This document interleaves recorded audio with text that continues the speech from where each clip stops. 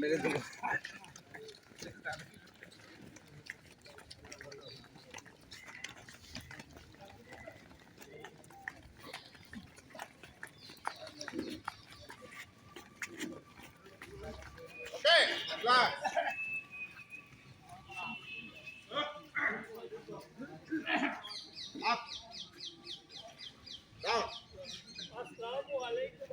ওই সাইডে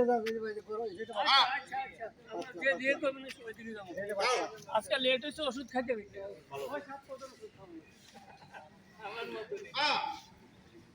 আমার তো 7-12টা খাইতে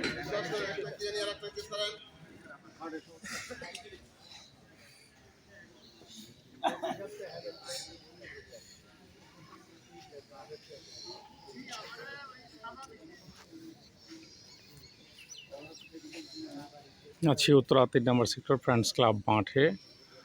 আজকে আমাদের অতিথি হিসেবে আছেন ঢাকা উত্তর সিটি আগামীর মেয়র, বাংলাদেশ জামাত ইসলামী থেকে মনোনীত মোহাম্মদ সেলিম উদ্দিন।